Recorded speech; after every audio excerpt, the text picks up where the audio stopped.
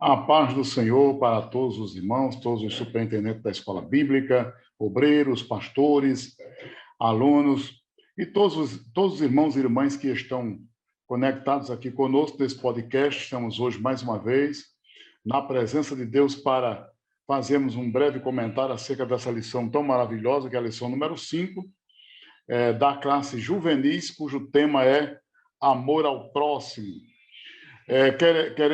Quero justificar aqui a ausência do pastor Bruno, o qual, neste evento que está havendo do Impacto Kids, ele está recepcionando os pregadores que vieram para o evento. E também o presbítero Luiz Antônio, que por razão de agenda também não vai poder estar conosco. Porém, está comigo aqui, juntamente aqui, nesta dupla podcast hoje, o diácono Daniel Medeiros. Então, quero desde já agradecer por esse momento especial, pela bênção de Deus, e ao mesmo tempo compartilhar esta alegria de, juntamente com os irmãos e irmãs, falarmos sobre tão maravilhosa lição, sobre essa temática tão importante. Então, Daniel Medeiros, com as suas considerações iniciais. Boa noite, Evangelista Souza, paz do Senhor, ou um bom dia ou boa tarde, né, os alunos que estejam nos assistindo. Quero saudar também a todos os professores de escola bíblica, superintendentes, alunos e agradecer a Deus por mais uma vez estarmos tendo essa oportunidade. Chegamos à lição 5 desse quarto e último trimestre do ano de 2022 e temos certeza que Deus nos ensinará bastante hoje através do seu Santo Espírito. Amém. Então, nós vamos hoje fazer um breve comentário sobre o tema amor ao próximo. E eu vou aqui fazer uma leitura, não vou ler todo o texto, mas a leitura que eu vou fazer vai sintetizar exatamente essa lição tão preciosa acerca desta temática. Então, mais uma vez, queremos agradecer a Deus por esse momento especial. Então, a leitura bíblica em classe encontra-se na primeira carta do apóstolo João, capítulo 3, versos 11 ao 24. Então, eu vou ler aqui alguns versículos. 3:11, a primeira carta diz assim: porque esta é a mensagem que ouvistes desde o princípio, que nos amemos uns aos outros. Versículo 12, não como Caim, que era do maligno e matou a seu irmão. E por que causa o matou? Porque as suas obras eram más e a de seu irmão justas. Continuando aqui a leitura, que está na primeira carta de João, capítulo 3, versos 11 ao 24. Agora eu quero ler aqui a partir do versículo de número 21. Amados, se o nosso coração nos não condena, temos confiança para com Deus. E qualquer coisa que lhe pedirmos, dele a receberemos, porque guardamos os seus mandamentos e fazemos o que é agradável à sua vista. E o seu mandamento é este, que creiamos no nome de seu Filho Jesus Cristo e nos amemos uns aos outros, segundo o seu mandamento. E aquele que guarda os seus mandamentos, nele está, e ele nele. E nisto conhecemos que ele está em nós, pelo Espírito que nos tem dado. Então, somos gratos a Deus aqui por esse texto, por essa leitura bíblica, a qual os alunos podem conferir e os demais podem conferir na primeira carta do apóstolo e do evangelista João, capítulo 3, versículos 11 ao 24. Eu não li todos os versículos, mas é claro que os professores terão uma oportunidade nas suas classes, quando estiverem ministrando este tão maravilhoso assunto sobre o amor ao próximo, poderá fazer toda a leitura e, ao mesmo tempo, levar os alunos a compreender sobre esse tema ou esta temática tão importante. Então, esta lição, ela nos traz uma dimensão muito profunda acerca do amor ao próximo e, ao mesmo tempo, nos leva assim às profundezas da grandeza de Deus para nós entendermos quão grande é o amor de Deus. Então, queremos destacar mais uma vez a importância do amor ao próximo e também uma reflexão de nossas ações, palavras e condutas para com as pessoas que nos cercam. Então, na introdução, no começo aqui desse assunto, nós estamos aqui diante do maior mandamento. O maior mandamento, como todos os irmãos que estudam a palavra, que pregam a palavra, que meditam na palavra, sabem que o maior mandamento é exatamente amar a Deus acima de todas as coisas. E o segundo é o amar ao próximo, ou o amor ao próximo, sendo que o princípio fundamental é exatamente o mandamento do amor. Então, amar o próximo como a ti mesmo, é isso que o Senhor nos ensina. E aqui estamos diante desse texto, conforme o apóstolo João, ele traz para nós esta tão grande e importante revelação de Deus que está em suas palavras ou na sua mensagem. Na realidade, João é conhecido como o apóstolo do amor. O apóstolo que escreve para nós. Nós temos o quarto evangelho, que é também da autoria do mesmo, que é o evangelho segundo escreveu São João. Nós temos as 3 cartas, que já ficam exatamente aí no finalzinho do Novo Testamento, onde ele escreve delineando e descrevendo e mostrando os princípios do amor nas suas 3 cartas, que são as chamadas cartas universais. E temos o último livro da Bíblia, que é o livro do Apocalipse. Então, hoje nós vamos falar um pouco sobre este assunto que está na primeira carta do apóstolo João, no capítulo 3, quando ele fala exatamente sobre o amor. E aí, João, ele nos leva exatamente a essa dimensão, mostrando que o amor é a mensagem que, desde o princípio, nós ouvimos, ou chegamos a ouvir. Por isso que, quando ele escreve, ele diz, esta é a mensagem que ouvistes desde o princípio. Que mensagem é esta? Ele especifica, dizendo que nos amemos uns aos outros. Então, veja que João aqui está destacando o amor ao próximo, que é exatamente o tema desta lição. E ele diz, não amemos como Caim, que era do maligno, e ele matou a seu irmão. Agora, qual a causa, ou qual a razão pelo fato dele chegar a matar o seu irmão? Porque as suas obras eram más, e a de seu irmão, justas. Aí o apóstolo continua falando na sua carta, dizendo que a gente não deve se admirar ou ficar maravilhado se o mundo nos aborrece. Por isso que ele diz, meus irmãos, não vos maravilheis se o mundo vos aborrece. Nós sabemos que passamos da morte para a vida porque agora nós estamos amando os nossos irmãos. E quem não ama seu irmão, permanece na morte. Então, é esta a mensagem de João. Veja que ele dá esse destaque. Então, é bem importante, Daniel, o que nós aqui estamos falando e, ao mesmo tempo, sobre essa temática tão interessante.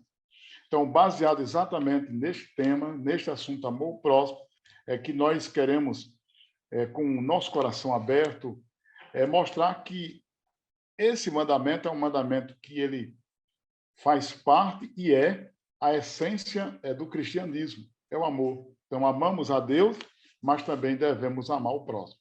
Então, Daniel, você aí pode continuar aí fazendo as suas colocações, aproveitando esse tópico da nossa lição, falando exatamente sobre esse segundo maior mandamento. Bem, Evangelista Souza, muito bem explanado pelo senhor.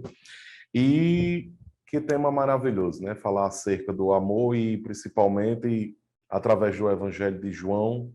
É impossível falar de amor e não citar João 3,16. E Deus amou o mundo, a maior demonstração de amor dada ali pelo Pai através do seu único Filho, Cristo, no madeiro, se entregando sua própria vida por amor de todos nós, por amor a mim, a você e por toda a humanidade. Cristo se permitiu entregar-se à morte, sofreu o que sofreu. O próprio profeta messiânico Isaías disse que não existia nele beleza alguma ao qual desejássemos. Então, eu imagino como Cristo, fisicamente ali, seu físico como homem, veio a ficar, se desprendeu de toda a sua glória. O próprio João vem dizer que ele era o Verbo estava com Deus, o Verbo se fez carne e habitou no meio de nós. Então, iniciar a falar de amor, sem falar dessa demonstração de amor única, sim, eu coloco única, porque não existirá nenhum outro amor maior do que o amor de Deus, o amor de Cristo por nós, nem o amor do pai, nem o amor da mãe, nem o amor da esposa, nem o amor do filho, do tio, do avô, nada, nada se compara ao amor de Deus, caro aluno, caro professor que nos assiste. E isso é uma graça, podemos falar também até da graça desse dom gratuito que Deus nos concedeu, essa condição maravilhosa, esse favor imerecido de termos acesso a esse amor divino de Cristo por nós. E detalhe, um amor que Cristo decidiu nos amar, mesmo, não vamos entrar no mérito da onisciência de Deus, mas mesmo sabendo que alguns de nós, alguns seres humanos, o rejeitaríamos, quando o rejeitaram, ele veio para os seus, e os seus os colocaram na cruz do madeiro. Então, mesmo diante desta situação, Cristo disse, não, eu me faço cordeiro imaculado, ovelha muda, perante os tosqueadores, foi levado sem abrir sua boca, sem reclamar, morreu por nós. Cristo vem e também nos mostra esse mandamento único do tópico primeiro desta lição, amar o Senhor, nosso Deus, sobre todas as coisas. A Bíblia vem nos dizer, aquele que ama seu pai, sua mãe ou qualquer outra pessoa, mais do que a mim, não é digno de mim. Deus vem dizer que o amor a ele é único, o lugar de Deus nos nossos corações é único, é somente dele. Ninguém tira, nada, nem ninguém, nem o amor à nossa profissão, nem o amor aos nossos estudos, nem o amor aos nossos familiares pode ocupar o amor que Deus tem que ter nos nossos corações. E Cristo vem e coloca em segundo e diz, que amai o teu próximo como a ti mesmo. Cristo coloca uma condição de empatia, uma condição, Souza, caro professor, de se colocar no lugar do outro e dizer o que você quer para a sua vida, queira para a vida do outro. O que você quer de bem para você, cause uma situação boa, uma situação favorável, uma situação que demonstre amor e empatia pelo próximo, aquilo que você queria e foi feito por você.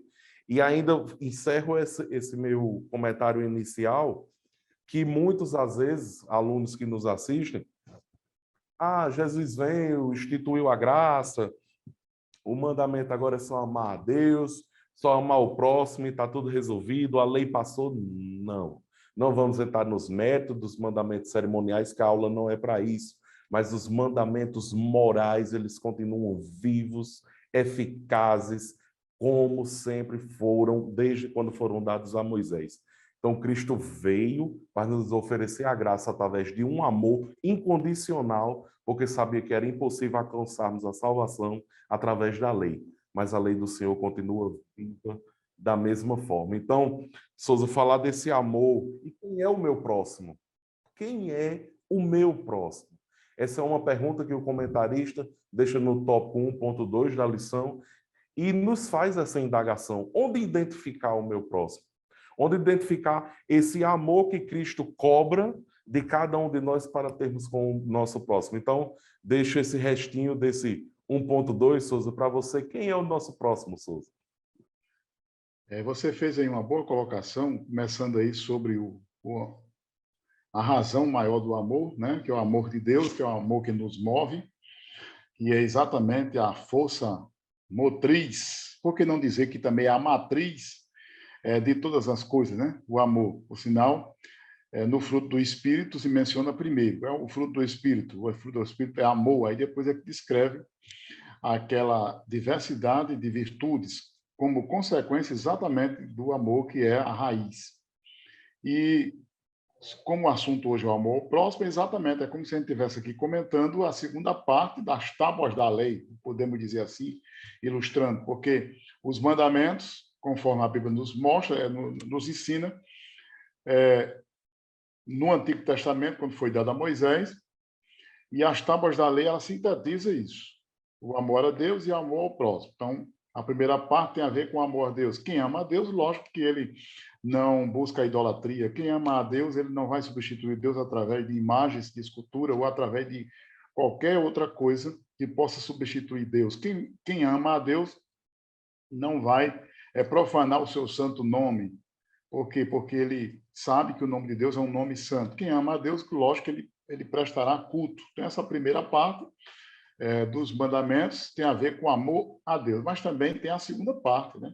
Quem ama ao próximo, aí depois vem lá, não matarás, vem lá, não furtarás, não adulterarás, quer dizer, não dirás falso testemunho, quer dizer, não cobiçarás. Aí nós temos aí também honrar pai e mãe, isso que resume-se Exato. exatamente em Um 6 dos mandamentos. primeiros mandamentos com promessa, né? Exato. Então, se eu amo a Deus, eu honro. Mas se eu amo também o meu próximo, eu tenho que amar o meu pai e a minha mãe.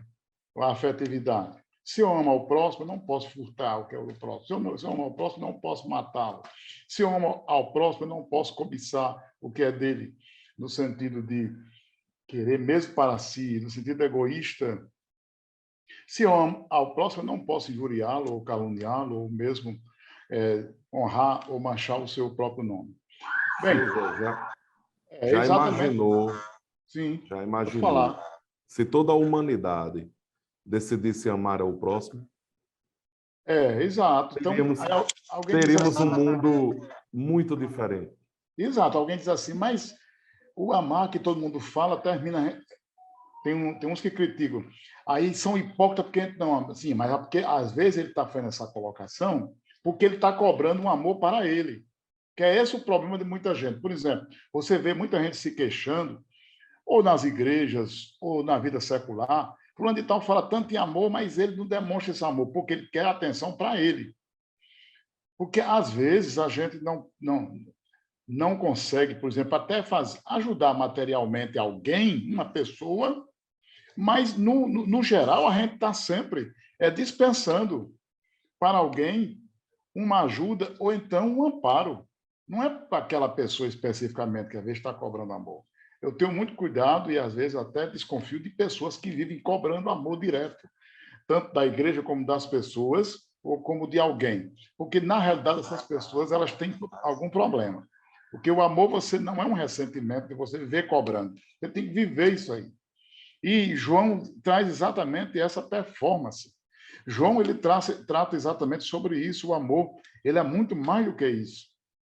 Porque além de nós nos inspirarmos naquele que nos ensina, nós devemos sim amar de coração, a ponto dele até ilustrar, dizendo não é semelhante a Caim. Por quê? Porque Caim era do maligno e chegou até a matar seu irmão. E as suas obras eram mais, e a de seu irmão eram obras justas. Então, esse amar o próximo a ti mesmo implica em reconhecer exatamente o valor do seu semelhante diante de Deus, entender que assim como eu sou, como você é, os outros também possuem dignidade, sentimento, história de vida, necessidade. Então, amar resume-se exatamente a dedicar ao próximo, mesmo ele e a afeição que você oferta a si mesmo, e não querer que o próximo venha sofrer ou padecer. Essa é a regra de ouro da qual Mateus fala, né? Quem é o meu próximo? Que foi exatamente a pergunta que Daniel repetiu da lição e, ao mesmo tempo, provoca essa reflexão. Aí nós temos exatamente aquela palavra que Jesus responde para aquele doutor da lei. Ele responde essa pergunta e Jesus ensinou através de uma parábola. Então a gente entende que o nosso próximo é aquele que necessita da nossa ajuda, independente da nacionalidade, independente da religião, independente da fé que ele professa, independente do espaço geográfico que ele esteja. Então, o nosso próximo é aquele que está necessitado da nossa atenção. É isso que nós aprendemos na parábola. E pode ver que Jesus expressa na parábola do samaritano exatamente isso, porque se a gente for tecer considerações e falar acerca do relacionamento dos samaritanos e os judeus, lógico que a gente teria aqui como falar um monte de coisas. Então, o professor que dá essa lição, ou que está expondo para a classe essa lição, pode exatamente usar os seus conhecimentos e demonstrar a razão por que havia essa rivalidade entre judeus e samaritanos e ao mesmo tempo entender porque Jesus puxa e ele fala exatamente essa parábola.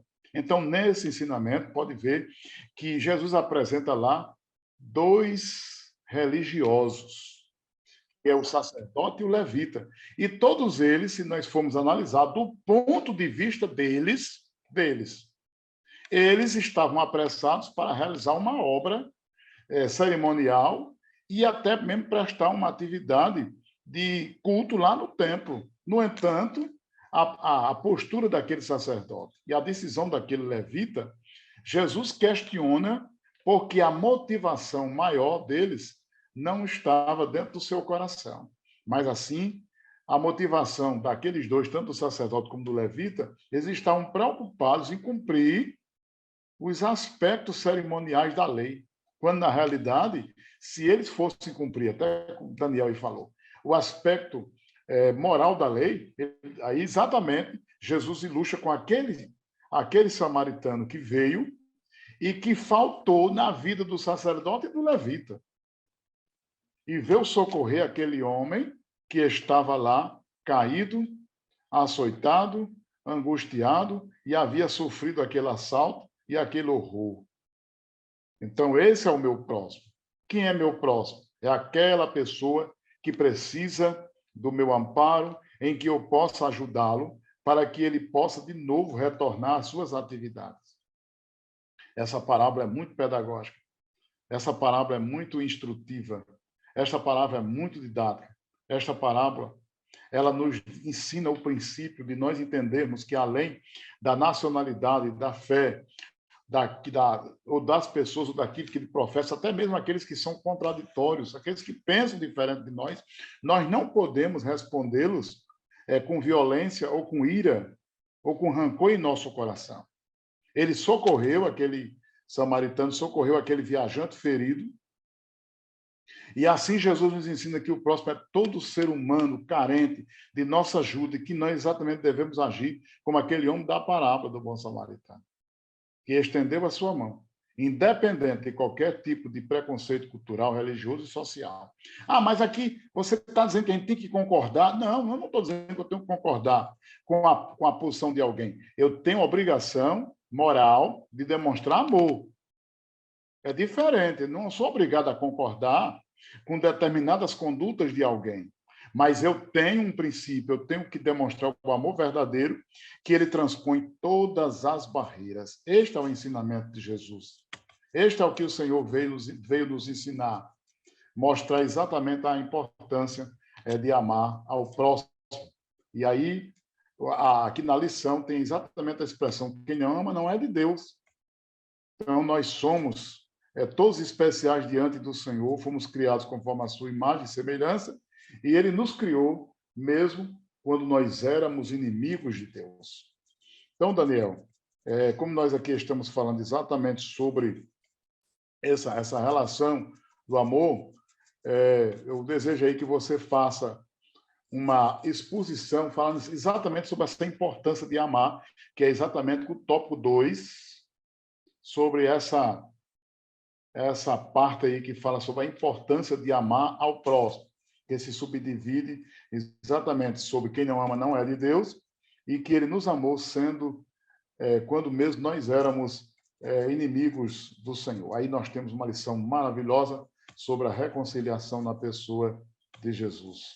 E, ao mesmo tempo, onde aqui na lição o professor pode falar sobre dois personagens, José e Jonas, que eles agiram antagonicamente, e, ao mesmo tempo, são lições que a gente pode entender acerca de como José demonstrou. Então, eu gostaria que você fizesse aí uma definição sobre o tópico 2. José e Jonas, né? O altruísta e o egoísta, né? Mas quem não ama não é de Deus.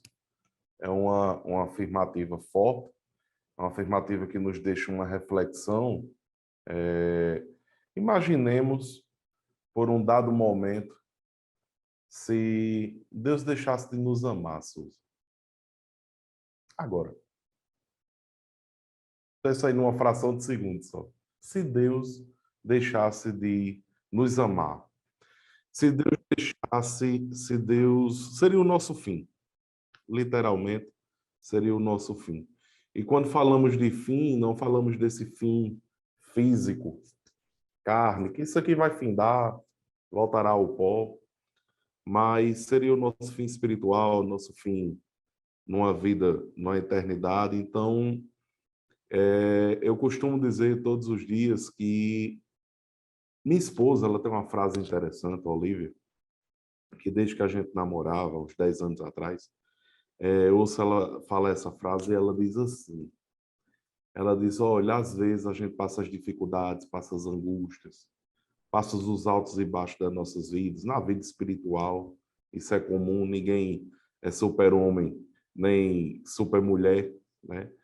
E ela disse, mas às vezes nem que seja segurado por um fio de cabelo, mas que estejamos segurados pelas mãos do Senhor.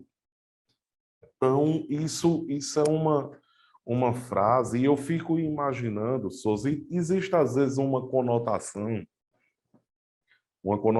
errônea nessa questão do amor que você deu um gancho, você introduziu, e eu vou me aprofundar mais um pouquinho nesse nicho. Às vezes existe uma conotação errônea no sentido que, às vezes, para demonstrarmos amor, às vezes, dois pontos. A pessoa carente de amor, você introduziu aí, a pessoa só quer para ela, nos moldes dela, nos moldes que ela acredita, do jeito que ela acha, justamente que deve ser o amor. Então ela cria essa carência, que essa carência pode puxar outras coisas e outras, enfim. Mas essa questão, caro alunos, professores, irmãos em Cristo que nos assistem, essa conotação de amar, eu prefiro pegar aqui até o exemplo de Pedro, né? Pedro, a gente sabe naquela caminhada dele, foi chamado, e tu és Pedro, Petrus, essa pedra pequena ali, naquela passagem das bandas de Cesareia de Filipe.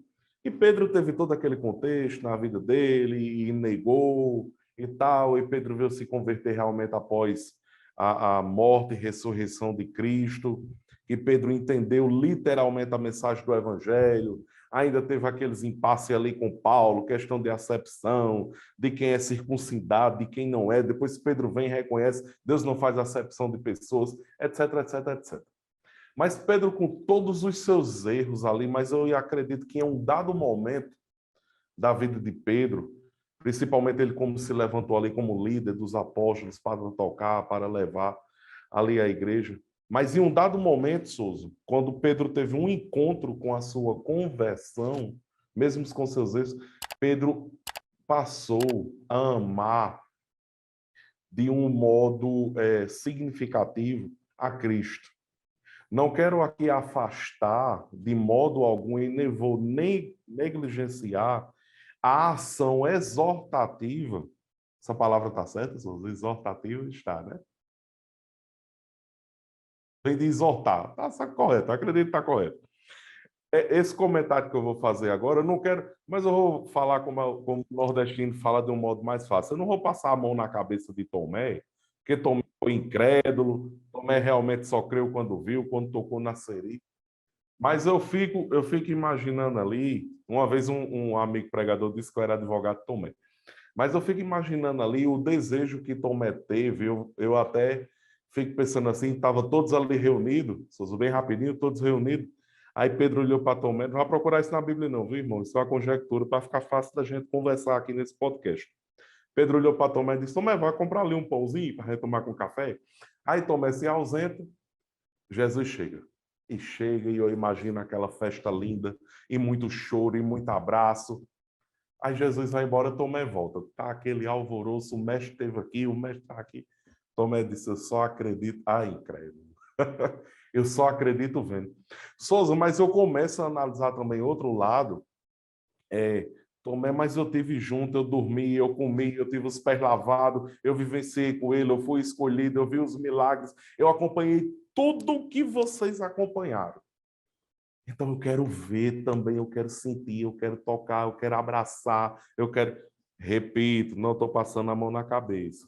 Porque Jesus vem e o repreende e diz: bem-aventurado aquele que não viu e creu.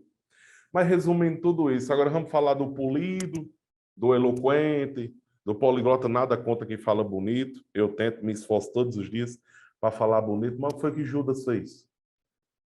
Sem amor. O Iscariotes, me refiro ao Judas Iscariotes. Desprovido totalmente de amor, ao ponto de vender o próprio Cristo por 30 moedas de prata.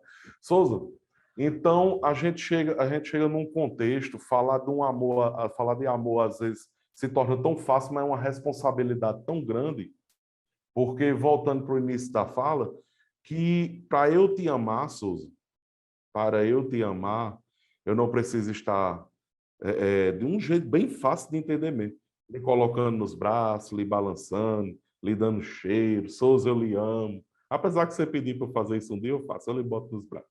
Você não é muito pesado. Mas o que é que acontece? Não é isso, não adianta eu fazer isso e quando eu der as costas. Para mim, Souza, sabe o que é amor? É quando eu deito à noite, que eu tenho o meu momento de oração, quando eu acordo, eu tenho um momento de oração. Mas eu sei que existem pessoas orando por mim. Eu sei que eu estou debaixo do joelho de pessoas. Pessoas que eu não faço nem ideia. Nem que seja, Senhor, lembra de Daniel, Senhor, abençoa os projetos dele, dá saúde, guarda a vida dele. E assim nós vamos compartilhando esse amor que é caráter de Cristo nas nossas vidas, que é o amor que ele nos cobra. Então, os moldes de amor, caro aluno, não é o seu molde nem os meus moldes, mas sim o molde de Cristo. Então, quem não ama não é de Deus, porque Deus cobra o nosso amor, primeiro para ele e depois para o nosso próximo. Com certeza, Daniel, isso que você colocou, você entrou na questão conceitual, né? E tem gente que entende que o amor tem que ser isso aí. Mas às vezes não é. Aliás, isso não é. O amor não é. Isso aí talvez seja até uma espécie até de querer agradar o outro, uma espécie assim de bajulação, eu te amo, para agradar mais o coração dele, não expressa a verdadeira empatia, que é o tópico 3. O tópico 3, aqui na nossa lição, é exatamente o professor tem o desafio de mostrar para o aluno o que significa realmente o verdadeiro conceito do amor que a Bíblia fala. Então, o tópico 3 fala sobre amar, ser empático e altruísta. O que é isso? É a empatia. É a atitude exatamente de se colocar no lugar do outro, para tentar perceber os sentimentos e as emoções alheios, com o intuito de entender exatamente o contexto vivenciado por ele. Isso é empatia. Sermos sensíveis, né? Exato. Então, quem é empático, ele consegue sentir a dor lá daquela pessoa, como se fosse sua. Não é hipocondria, né, que alguém diz que é você sentir sintoma de doença. Não é você sentir doença, mas é você sentir que a dor do seu semelhante como se fosse sua, no sentido de que você tem que dispensar para ele toda a alegria, todo aquilo que ele precisa. Então, a empatia, com certeza, foi exercitada por Jesus e era sempre uma constante na sua vida e que deve ser na nossa vida. Então, a demonstração do amor não é obrigado eu chegar e ter que bajular aquela pessoa para dizer, olha, eu te amo. Não, também não sou contra alguém se expressar, né? E dizer, eu amo você. Mas o que João nos ensina é que é além de tudo isso. A gente desenvolve exatamente essa empatia no sentido de entender como é que o outro pensa e sente. O que é que ele ouve, o que é que ele vê. Quais são os seus medos, né? Suas necessidades. Qual é a sua história. Com isso, nós mudaremos a nossa visão em relação àquele outro, passando agora a enxergá-lo na intimidade como indivíduos reais que eles são, assim como nós, show de dificuldade, de medo, de defeito e também de qualidade. A empatia é eu entender que o defeito daquela pessoa também pode estar em mim. Exato. Perfeito. Que é exatamente, aqui o comentador fala sobre altruísmo, né? Por sinal, eu tinha pedido para você falar sobre Jonas e José, mas é porque eu cometi aqui um equívoco. O Jonas e José está exatamente aqui nesse tópico no 3. Né? Souza, mas uma coisa interessante, antes da gente entrar aí no 3, só um comentário que é uma responsabilidade. Não, pode fazer, a gente está no podcast exatamente para discutir esse assunto. Pode falar.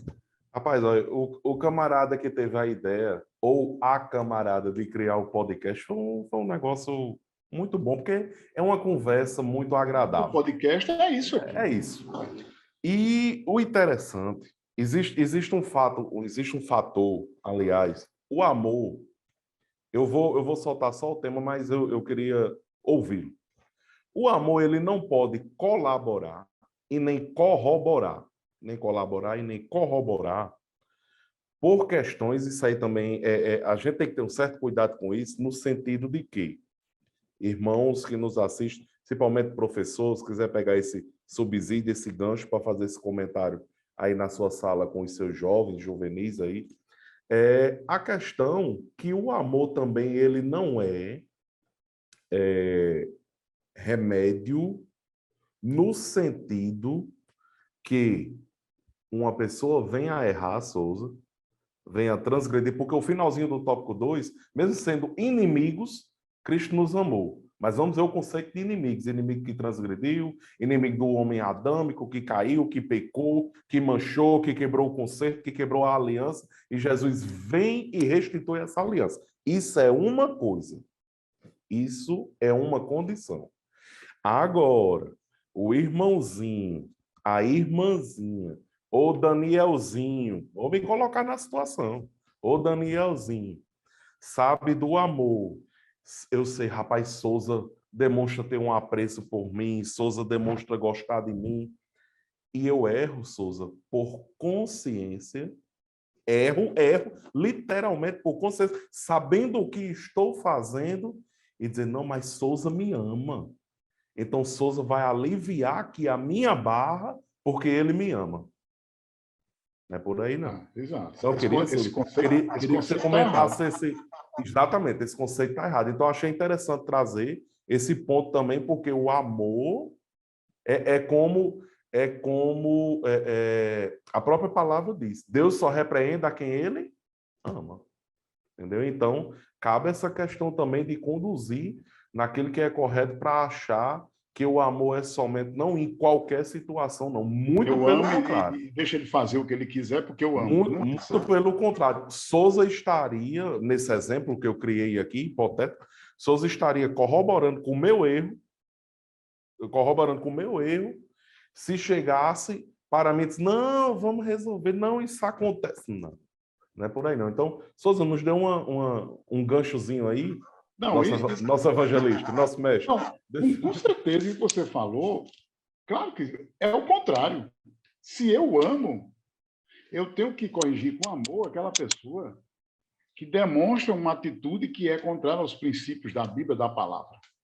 Se eu sou amigo de alguém, eu tenho que abrir os olhos dele na hora de um erro, dizer, não, rapaz, eu sou seu amigo, mas você deveria ou deve portar dessa maneira. Não é porque eu sou amigo, ou porque eu amo, ou porque eu demonstro amor, que eu tenho que passar a mão por cima dos erros. É o contrário. Quem ama, ele tem que exatamente demonstrar que ele pode corrigir aquela pessoa. Ou vice-versa, alguém que diz que me ama, ele tem que dizer, não, Souza, eu amo você, mas eu acho que você está equivocado nessa sua conduta, ou nessa maneira de você agir. Esse é o verdadeiro amor. O amor não quer dizer que porque eu amo, aí agora eu vou aceitar toda e qualquer atitude daquela pessoa em nome do amor. É isso que existe. O conceito errado do amor é isso. É as pessoas acharem que pelo fato de eu demonstrar amor, eu tenho que aceitar as condutas inadequadas ou erradas de determinada pessoa. É o inverso. O amor, ele corrige. O amor, ele revela. O amor, ele aconselha. O amor, ele tenta livrar. Quer dizer, Deus ama o homem, mas é claro que Deus corrige a falha desse homem. Deus nos ama, mas Deus também nos corrige. É o contrário. Esse amor é que demonstra, exatamente mostrando que as nossas atitudes não têm que ser referendadas, porque o amor, não, o amor, eu amo Daniel, então se eu amo Daniel, deixa ele fazer ou dizer o que é. Não. Então esse conceito é errado. Como Deus também é, tem outro conceito. Deus é amor, mas também ele é justiça. Exato. E tem outras pessoas que já cobram o amor individual para ele. Fulano de tal é hipócrita, não ama. porque eu estou precisando disso e daquilo e ele não vem me ajudar, porque ele está vendo um amor para ele. Mas será se ele parou para meditar que aquela pessoa lá não já ajudou outro? Será se ele já meditou que aquela pessoa muitas vezes já está demonstrando atitude de amor com outras pessoas e não com ele, onde ele está chamando de hipócrita, porque não ajudou ele, mas aquela pessoa está ajudando o outro. Então, ele não pode ter essa visão de fechadura. Hipócrita é o nome mais educado, mais manso. Pois é. Exato. Então, é isso. Então, a empatia é eu entender o outro, mas esse entendimento do outro não quer dizer que eu tenha que concordar com a atitude dele. Porque tem gente que acha que, pelo fato de eu ser empático, eu tenho que deixar. Não, deixa o fulano de tal mentir, porque eu sou empático, né? Deixa o fulano de tal adulterar, porque eu também, afinal de contas, eu tenho empatia por ele. Deixa ele fazer condutas erradas, porque eu tenho empatia. Não, a empatia não é isso. A empatia é você sentir a dor do outro, mas para você aplicar o remédio do amor e corrigi-lo. É essa a razão fundamental. E aqui o comentador, ele aqui na lição... José e Jonas. De quê? José e Jonas. Pois é, ele fala sobre o altruísmo, que é o oposto exatamente do egoísmo. Porque o egoísmo é você girar em torno de si mesmo, do seu ego. Já o altruísta, ele já pensa também nas pessoas. É a razão aí exatamente de adaptar-se às necessidades dos outros. Por isso, ele comenta aqui, 1 Coríntios, capítulo 9, verso 19, verso 20, onde Paulo diz que ele se fez servo de todos, ajustando-se exatamente a essa condição de cada povo a fim de ganhar as pessoas para Cristo. Tem gente que diz assim, Paulo chegou lá e se fez servo e se misturou com eles. Não é isso que a Bíblia ensina, não. Porque se fosse assim, muitas pessoas tiram conclusões erradas e vão fazer coisas erradas porque diz que tem que se ajustar aquilo ali para ganhar para Jesus. Não é assim. Essa flexibilidade nos faz sensíveis para entender a necessidade dos outros, mas sem nós abrir mão de nossa vida espiritual. Essa atitude de amor próximo não visa de que nós teremos que renunciar àquilo que cremos para poder ganhar o outro. É o contrário. Eu tenho que demonstrar aquilo que creio, viver aquilo que creio e, ao mesmo tempo, sentir a necessidade do outro para trazê-lo a Cristo. Tem um testemunho de vida, como é que eu posso dizer? Satisfatório. Testemunho de vida satisfatório, porque é o que a gente sempre costuma dizer. Nosso testemunho de vida é a nossa maior pregação. É como eu costumo dizer, caros professores, alunos, a gente está aqui diante de um exímio pregador da palavra de Deus, que é o evangelista Souza. Eu posso passar horas e horas ouvindo Souza pregar. Mas se Souza, quando Souza descer do altar, na rua, ele não me mostrar um testemunho de crente, perde a validade de tudo aquilo que a gente fala. Justamente. Né? Então, é importantíssimo isso aí. E o que é que você acha, Souza? E José? José foi altruísta. José estava ali com aqueles dois camaradas. José começa a interpretar sonho. E aí, me conta o resto da história aí. Nos conta. Pois é, aí aqui nós temos José e Jonas, né? Aí fala exatamente sobre a atitude dos dois. José sentiu a necessidade daqueles presos, notou que eles estavam angustiados e, com certeza, inspirado por Deus, ele pediu para que ele contasse as necessidades e Deus deu exatamente a oportunidade para José interpretar aqueles sonhos. E veja que aqueles sonhos mudaram também a história de José. Se bem que todos os sonhos de José têm a ver com a mudança na sua história e o trabalho de Deus. E esse sonho continuou sendo Deus, né, operando. E ao mesmo tempo... Licença, que eu vou pegando os ganchos e me lembrando. Lembrando que José fez isso, não foi em nenhum momento, viu, cara aluno? Em nenhum momento querendo barganhar algo para si, não. Então, para a gente deixar... José foi lá, fez aquilo porque ele estava... José já almejava talvez ser governador do Egito. De forma alguma. Foi totalmente o sentimento de amor e de empatia. O que Deus quis proporcionar na vida de José é porque Deus quis. Mas José em nenhum momento estava fazendo aquilo como uma moeda de troca para se auto-beneficiar lá na frente, não. Então, Fica isso aí, essa exclamação bem frisada aí para o nosso aluno. Então, José, exato, José interpreta o sonho e ali, aqui o comentador fala sobre esse momento de empatia em relação a eles. Embora que José tivesse cometido um deslize, eu entendo que foi um deslize humano, que é quando ele pede para o padeiro, né? Aliás, o copeiro, lembrar-se dele lá diante do faraó. Mas ali eu entendo que José, ele pediu, naquele sentido, de ser liberto ali daquela prisão. É como se fosse assim, veja lá a situação de injustiça que eu estou aqui, então fale por mim. Ele não está almejando o trono do Egito. Ele não está, naquele momento. Ele está. Souza não passava. Imagina, a gente não vai Nunca. afirmar, porque Exato. a gente não pode afirmar nada que não está na Bíblia, a gente não pode Exato. bater martelo. Eu creio que não passava nem na cabeça dele. Mas assim. aqui eu vou trazer a exegese, a homilética e a hermenêutica, eu vou misturar tudo aqui. O texto do contexto. Mas a conjectura, mas isso nos faz imaginar de onde é, da cabeça de José, e José jogado dentro de um poço, vendido como escravo, levado para o Egito, foi acusado de desejar pelaquela maluca lá, de ter desejado a mulher daquele camarada, foi preso, jogado num calabouço, num lugar que desprezível, imagino eu. Onde é que passava na cabeça daquele homem de você governador do Egito? Não, José só Nunca. bora da... Se José ainda dissesse assim, José dissesse, ei, quando você chegar lá diante do rei, diga que eu aceito pelo menos levar uma pisa de lavar com água de sá, como diz no Nordeste, mas deixa eu ir embora daqui. Exato. Apenas o equívoco dele que eu entendo foi esse, de achar que o copeiro poderia falar por ele, mas da situação injusta que ele... Ali foi a angústia que ele estava passando. Estava ali. Mas por estar almejando o trono, por tal, nunca passa, isso que você disse, nunca passou na cabeça dele. Porque Deus é que tinha o projeto, né? E ele estava lá injustamente, né, Souza? Em nenhum momento ele fez desejou aquela mulher, cobiçou ela, nada.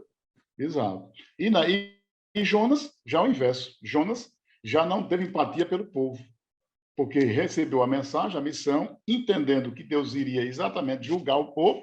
Veja, a cabeça de Jonas.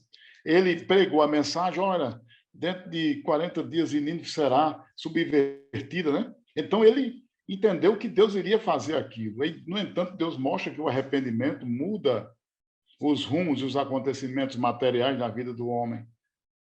Jonas, e aí... Jonas é aquele irmãozinho no meio do culto. Pega ele, Jesus. Fala mais, assim, Jesus. Aí tem uns que dizem assim, deixa ele que eu boto ele nos pés de Jesus. Tem uns que dizem isso, não é porque ele está desejando botar nos pés de Jesus, não. Você sabe. Ele diz isso no sentido de vingança. Então, não, isso não está correto. Não sei se você já escutou essa frase. Deixa, eu boto ele nos pés de Jesus. Um bocado diz isso, pedindo vingança na vida dele. Não é por amor, não. Eu vou orar para Jesus ir ter contigo. É desse jeito. Só misericórdia. Verdade. Muito bem, então nós vamos agora... E Jonas, viu, Souza? Só encerrando aí, sim, e Jonas é realmente triste. Mas essa questão do egoísmo dele é realmente triste, porque o que ele esperava... Primeiro, ele se nega à missão, né? Ele negligencia, ele se omite, aí a gente sabe onde ele foi parar, o que ele sofreu ali, mas ele acaba indo para Nínive, que acontece. Só que ele chega literalmente... Eu acho que a cabeça de Jonas ali indo contra a vontade. Não, Jonas saiu arrebentando do começo ao fim. Exatamente. A misericórdia de Deus, Jonas foi grande. Então ali, misericórdia, que até a palavra misericórdia vem de misericórdia de coração, que se une e dá ali um negócio muito bonito, que eu não me lembro agora. Deixa aí como tópico aí para os alunos, depois vai pesquisar o que significa misericórdia. Então, Jonas ali, ele se desprendeu de misericórdia, de empatia, de amor. Jonas queria realmente... Se Jonas tivesse o poder de apertar ali o botão do inferno, Jonas ia mandar... Não, se ele tivesse o poder ali, ele já tinha estendido a mão e já tinha arrasado com Nínive. Já tinha acabado com tudo. E quando Deus toma uma atitude totalmente diferente, é triste. É triste, mas é por isso que a Bíblia, nosso manual de vida, ela é tão completa, porque Deus nos mostra tudo. Deus nos mostra os N exemplos que a gente precisa para sermos cidadãos de Cristo, sermos servos de Cristo aqui na Terra e como se comportar. Então é triste aquele camarada como hoje a gente se alegra, como foi agora no último culto aqui nosso, onde 2 jovens ali, aquelas 2 crianças, 2 rapazinhos ali, se rendendo aos pés do Senhor. Você chegou ali no finalzinho, eu lembro que você estava ministrando numa congregação, mas você chegou e a igreja se alegra, você vê pessoas chorando, você vê gente se alegrando, e aquela certeza que no céu está tendo festa, os anjos estão festejando, o coração de Deus está se alegrando, a mensagem do evangelho, as boas novas está sendo levada. Aí Jonas vem fazer um negócio daquele. Então, cara aluno, é um exemplo péssimo, aquele de Jonas, infelizmente, mas a gente teve que comentar, me empolguei aqui. Peguei A com o Jonas agora, peguei A. Apenas lembrando que não deixe de renomear a reunião, viu? Para não dar problema aí. Não, já foi. Tá tudo ok. Muito bem, então nós vamos fazer aqui a conclusão final com o tópico 4. Exercendo o hábito de amar, né? Exercendo exatamente esse hábito de amar. Aí o comentador aqui, ele dá 3 fundamentos. Primeiro, através das palavras. A gente também não pode ferir as pessoas com palavras, porque as palavras também são fortes. Então, muitas vezes, palavras doem como um golpe. Tem pessoas que dizem assim, mas antes eu tivesse levado umas tapas, um murro, mas o que fulano de tal disse para mim. Então, a gente tem que ter muito cuidado com a nossa língua. As nossas palavras também podem destruir ou edificar alguém. Então, a gente tem que evitar exatamente de machucar, criticar determinadas coisas fora de contexto. E mesmo no contexto, a gente tem que ter cuidado naquilo que está colocando, porque às vezes a gente pode machucar as pessoas. Então, a Bíblia recomenda que nossos lábios sejam exatamente usados para abençoar, edificar e anunciar o amor de Deus. Então, o amor também tem que estar expresso em nossas palavras. Eu não amo só de palavra. Não, mas isso aqui é outro princípio. Amar com palavra é no sentido de que eu preciso também tratar as pessoas bem com nossas mensagens, palavras, criticar dentro da possibilidade possível e também com os limites do amor. E críticas construtivas, né? Tem gente que não acredita em crítica construtiva, mas de todo jeito sempre tem que ser uma crítica que possa chegar a um bem maior, porque a crítica para destruir também isso não é amor. E depois amar com condutas. O que é isso? O amor não somente naquilo que eu digo eu amo, mas agora através de nosso testemunho, das nossas ações. Então, é preciso exatamente que esse amor seja posto em prática. Então, Daniel, eu estou aqui encerrando a minha parte, exatamente falando sobre isso. Aí você pode agora concluir falando sobre esse amor aí, mediante os sentimentos, fazendo a sua conclusão final, e depois eu posso já ir encerrando.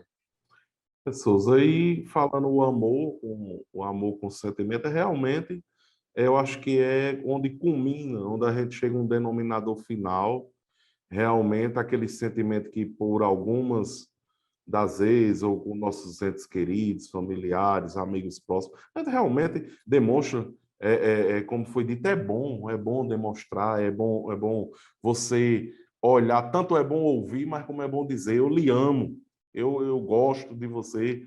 Às vezes se não sai a palavra, mas sai no abraço, sai no aperto de mão, sai no gesto, apenas às vezes aquela questão de dizer, ei, você passou uma situação difícil, mas eu estava preocupado com você, eu estava... Então, isso é muito lindo, mas voltando para uma palavra do tópico 4, que encerra, tornar isso hábito. Não pode ser eventual, não pode ser esporádico, não pode ser por temporadas, né, Souza? É hábito. E tornar que isso realmente se torne hábito e que a gente possa trabalhar isso todos os dias nas nossas vidas. Irmão Daniel, mas tem aquela abençoada, meu filho, o abençoado e a abençoada, você vai conviver com ele, com ela, dando a paz do Senhor, orando por ele e por ela e pedindo para Jesus transformar o coração dele e dela. E quem separa, se eles for joio, que você não sabe, eu não sei, ninguém sabe, é Jesus quem vai resolver isso no dia que ele vier pegar a nossa igreja. O seu papel é amar, se ponha no lugar, não precisa você estar balançando e dando cheiro, mas tenha perdão no seu coração, principalmente, porque o perdão ele está ligado, entrelaçado diretamente ao amor, esse amor que Cristo nos amou primeiro. E quem nos separará do amor de Deus? Então, fica essa questão. Quero agradecer mais uma vez, Souza, chegamos a essa quinta lição desse quarto trimestre aqui da nossa classe, dos jovens, né, dos juvenis, e agradecer a Deus, agradecer mais uma vez o nosso pastor Martim, agradecer ao pastor Reinaldo, líder do DENEC, esse departamento de ensino da nossa igreja, e não me canso de parabenizar a iniciativa da IEADER no estado do Rio Grande do Norte, da nossa igreja, de ter desenvolvido esse EBD em síntese através desse podcast, usando a tecnologia ao nosso favor para que a gente possa desenvolver mais e aprender mais acerca da palavra do Senhor. Então, Souza, mais uma vez é uma honra estar aqui. Hoje não tivemos, como foi justificado, presbítero Luiz, pastor Bruno, com seus compromissos, mas nós estivemos aqui pela misericórdia de Jesus, conversando aqui com nossos professores, nossos amigos, nossos companheiros de sala de aula, né? Então, Souza, é isso. Um abraço. Souza, eu lhe amo, viu? Nós nos amamos. Então, que Deus nos abençoe, né?